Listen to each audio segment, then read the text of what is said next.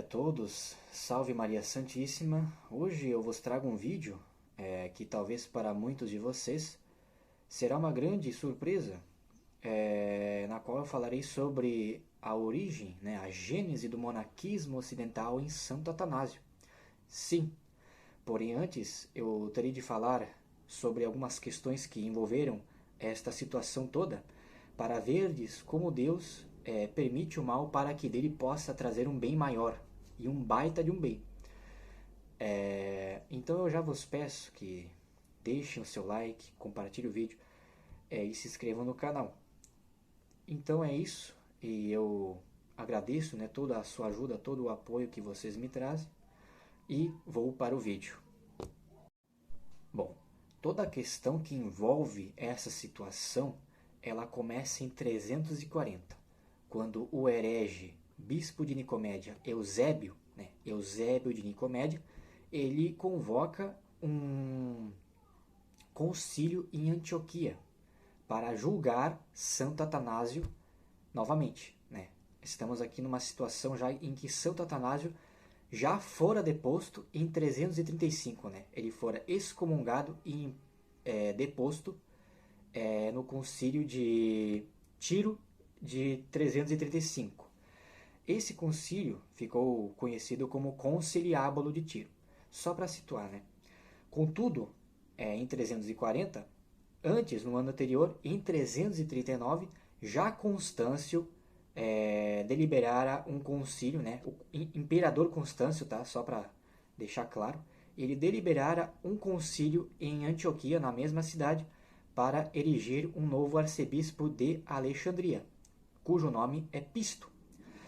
Ele, no entanto, enviou uma comissão de bispos, de padres, aliás, o padre se chama Macaio e os outros dois eram diáconos, e eles foram para Roma, acorreram a Roma para poder mudar de opinião o Papa São Júlio.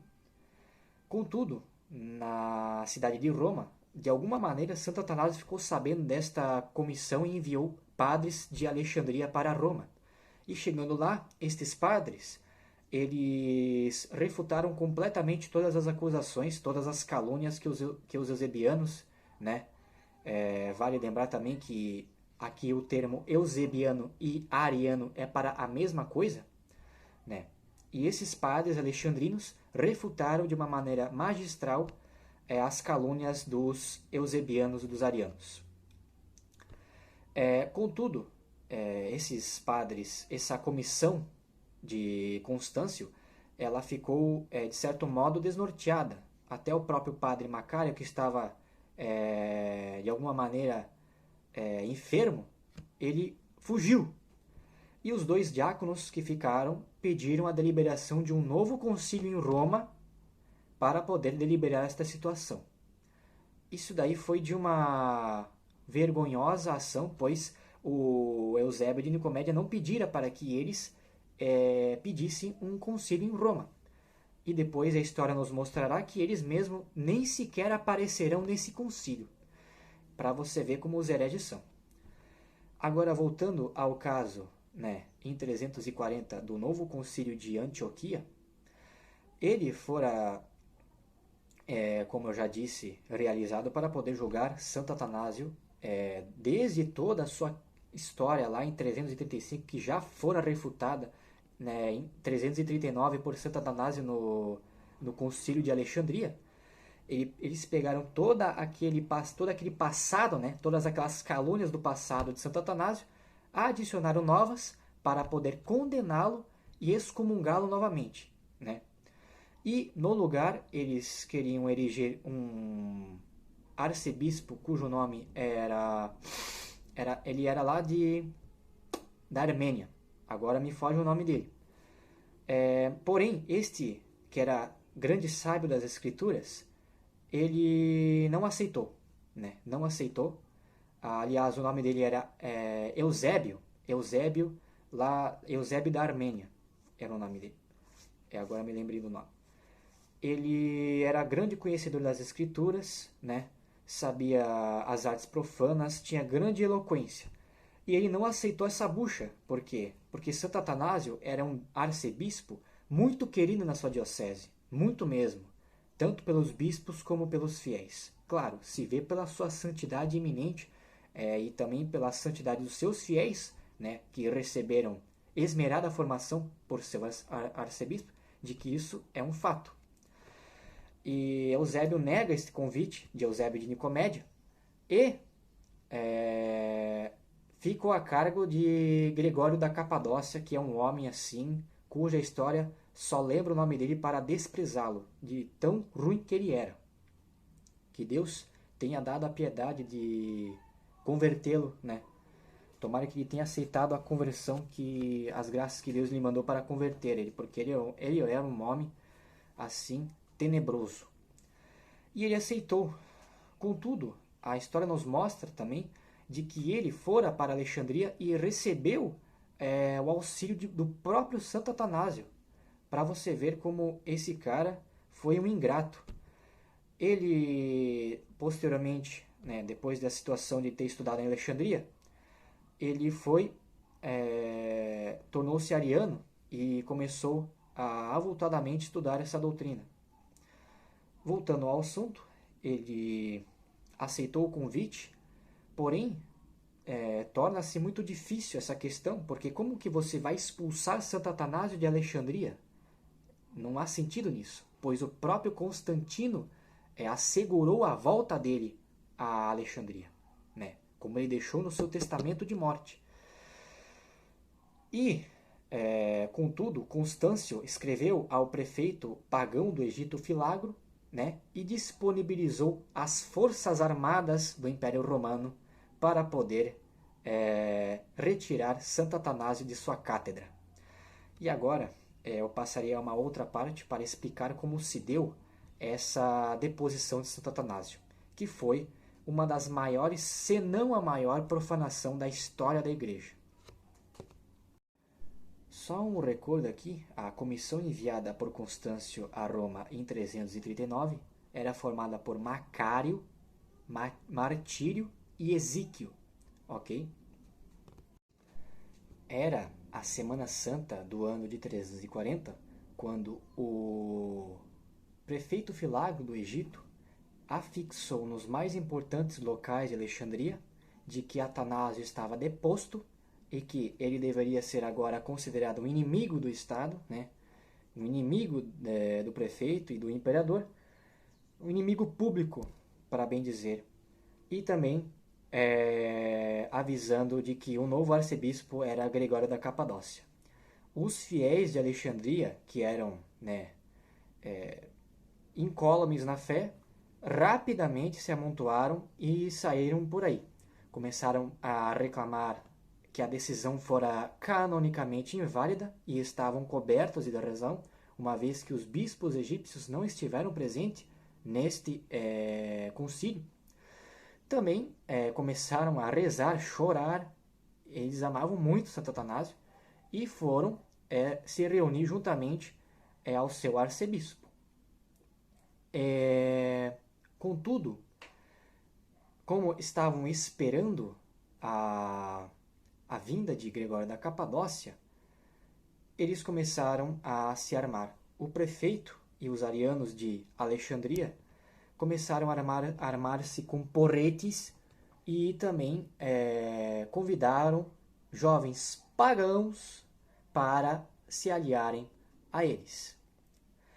Na Semana Santa, na Sexta-feira Santa, aliás, do ano de 340, exatamente nesse dia tão importante para nós, o arcebispo Gregório da Capadócia chegou a Alexandria, juntamente com mais de 5.000 soldados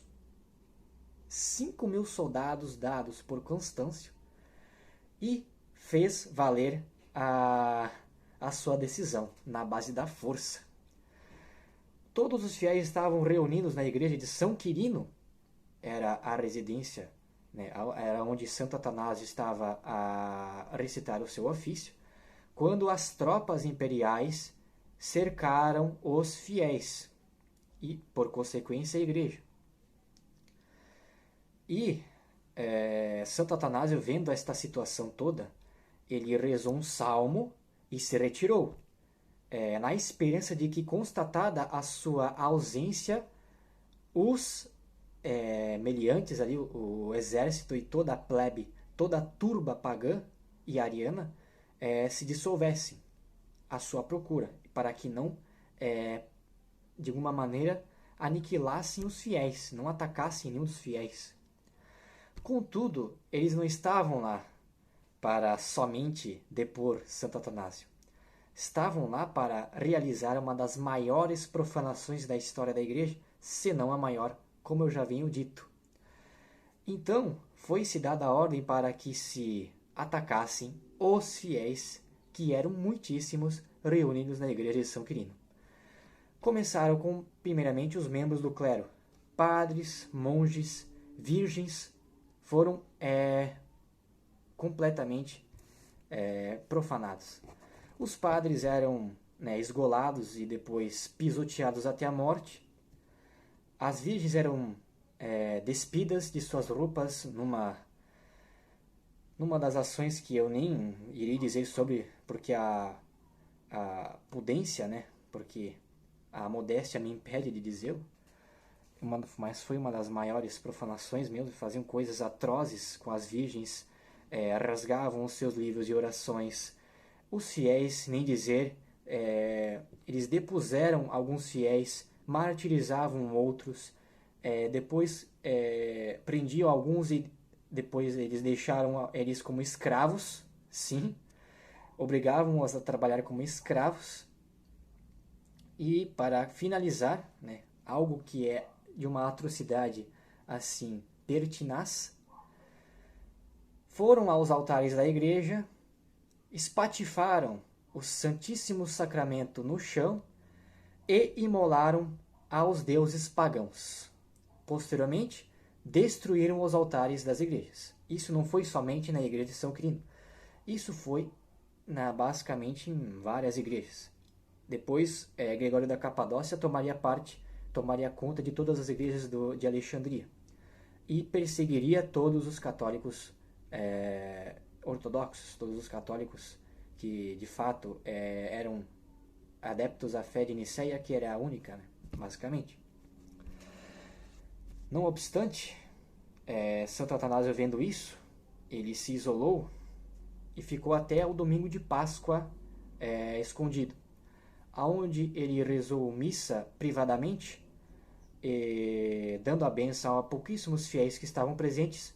Fugiu para Roma, sem nenhum mandato formal, porém a justiça o exigia. Ele fugiu para Roma para depois recorrer ao Papa São Júlio I, e até interessante porque seria aí a ocasião na que eu vou explicar posteriormente.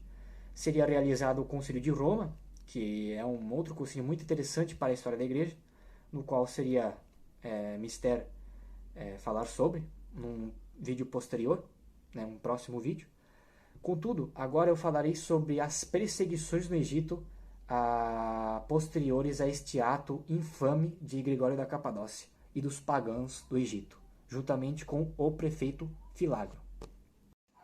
Gregório da Capadócia, para fazer valer a sua autoridade em Alexandria, ele privou os fiéis dos sacramentos, também aos padres católicos de celebrarem missas. Com efeito, ele tomou basicamente todas as igrejas de Alexandria, principalmente de São Teonas e a de São Quirino. A de São Teonas era onde Santo Atanásio residia. Não só isso, privou os fiéis dos sacramentos. Não podiam receber o batismo, a extrema-unção, a Eucaristia. Não podiam se reunir em grupos para ir à Santa Missa. E, para piorar a situação, sequer recebiam sepultura. Sim, como a tia de Santo Atanásio, que já era septagenária, ela não aceitou o mando de Gregório da Capadócia e este mandou que se a torturassem. Ela foi espancada e, jazida no chão, morreu. E Gregório da Capadócia, não lhe permitiu que fosse enterrada. Se não fossem os fiéis que tomassem o corpo dela e a enterrassem, com certeza seria trágico ali, o que já é trágico, né? Mas seria mais trágico ainda. Não obstante, a perseguição não durou apenas em Alexandria, mas ela se expandiu no Egito inteiro. E aqui, um bispo, Sarapamnon, que ele foi exilado por não ter aceitado o jugo gregoriano, o jugo de Gregório da Capadócia, e foi exilado. Outro, que é um fato interessante, se chama São Potamão de Heracleia. Ele é um santo confessor, porque sofreu perseguição, foi torturado no tempo de Diocleciano, né? No ano de 303. Teve o seu olho perfurado, se eu não me engano. E ele, na perseguição de Gregório da Capadócia, como negaram o seu jugo também, foi espancado até a morte. Ou seja, ele teve a graça de 2 martírios. É um santo confessor tanto por Diocleciano, um imperador pagão, como por um outro arcebispo que também parecia ser pagão. E agora eu irei explicar a gênese, né, do monaquismo ocidental em Santo Atanásio. De fato, como eu bem disse anteriormente, Santo Atanásio ele fugiu para Roma. Fugiu acompanhado com 2 monges das hostes de São Pacômio, que era um santo padre do deserto, que vivia no estilo cenobita, que aliás havia fundado o estilo cenobita de viver. Eles viviam em comunidades, não como os anacoretas, que viviam isolados no deserto da Tebaída, nas Sétias, etc. Não, os cenobitas viviam em comunidades. Chegando a Roma, acompanhado de 2 padres das hostes de São Pacômio chamados Amônio e Isidoro, tendo Isidoro 21 anos apenas, toda a plebe romana e toda a nobreza, cristãs, a que eu me refiro, ficaram muito interessadas, pois estes andavam de tal maneira, tendo vidas abnegadas, olhando para baixo, com uma calma, parecia que não estava em Roma, parecia que estava nas infinitudes do deserto, apenas com Deus, basicamente. E, com efeito, Santo Atanásio ele tomava parte nas reuniões, a pedido dos próprios patrícios, a fim de que ele pudesse contar as histórias, né, dos santos padres do deserto.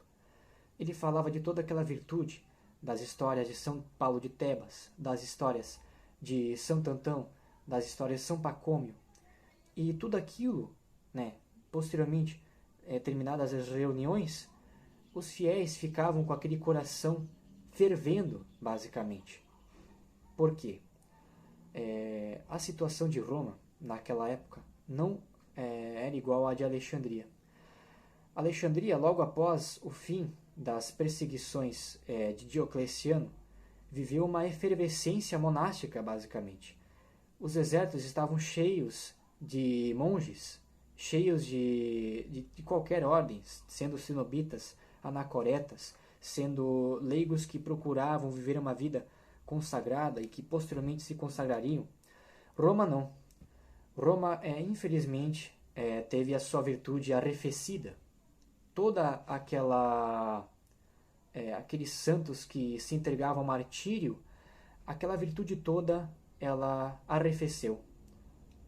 A nobreza, a plebe, estava basicamente no luxo, vivendo vidas de verdadeiros pagãos. Contudo, Santo Atanásio, ele veio para reaviver esta fé veneranda, essas virtudes eminentes e heróicas que estavam presentes nos padres do deserto. E vejo com a providência importantíssima nessa situação. Vindo de uma desgraça total, basicamente, vindo de uma situação horrenda na cidade de Alexandria, ele seria o meio pelo qual essa tradição chegaria até nós, no Ocidente. Então toda a gênese do monaquismo ocidental está presente nestas pregações que Santo Atanásio fazia. E é muito interessante, porque tendo os fiéis vendo o exemplo, e não só escutado a palavra, mas vendo mesmo o exemplo desses monges, como Amônio e Isidoro, eles queriam imitar sim essas virtudes. E um fato aqui torna-se digno de nota. Certa feita, Santo Atanásio fora convidado para se reunir na casa de uma matrona chamada Albina. Esta Albina tinha uma filha chamada Marcela, que tinha apenas 15 anos. E esta filha não cessava de inquirir a Atanásio sobre os padres do deserto, sobre como eles viviam, sobre os seus jejuns, as suas vigílias, as suas orações. E Santo Atanásio respondia com uma candura sensacional. Esta mesma Marcela, tendo tudo aquele desejo fervente de viver tal qual estes padres e estas monjas, tendo recebido os seus bens de sua mãe, fundou na sua propriedade no Monte Aventino um convento cenobítico, tal qual nos moldes de São Pacômio.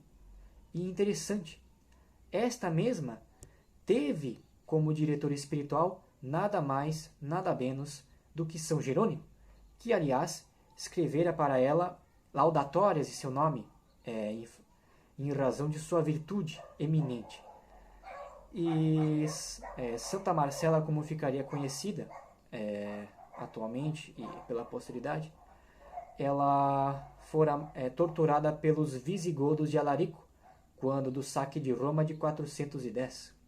De 401, 410, eu não me engano agora. Mas ela, em seu coração, nunca esqueceria daquelas palavras de que ela tanto esperava de Santo Atanásio. Veja o quão importante é essa tradição que Santo Atanásio, por uma missão da providência, trouxe para nós. Isso aqui é interessantíssimo. Eu, particularmente, quando li estas coisas, fiquei muito impressionado de que nunca eu pensaria de que teria sido Santo Atanásio o que trouxera esta tradição para cá. E de fato se comprova, vendo São Bento criando ali os beneditinos, vendo toda a sequência de ordens que se criariam, né, os camaldulenses, os cluniacenses e etc., os frades menores de São Francisco, todos esses possuem a sua gênese nesta visita de Santo Atanásio a Roma.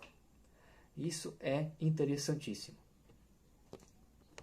E para finalizar, registrou Sócrates que inúmeras viúvas, velhos, jovens, de todas as idades, passaram a viver conforme os moldes de São Pacômio, conforme os moldes de Santo Antão, graças à figura de Santo Atanásio. Este é o meu vídeo, e eu vos agradeço muitíssimo aqui a vossa presença, porque isso é muito importante para mim. E, de fato, é um prazer fazer um vídeo desse naipe para vocês. Eu peço perdão por alguns erros, algumas falhas. E só para relembrar, foi em 410 as perseguições, né, o saque de Roma pelos visigodos de Alarico. Eu vos agradeço muitíssimo. Salve Maria, que Deus vos abençoe copiosamente e até a próxima.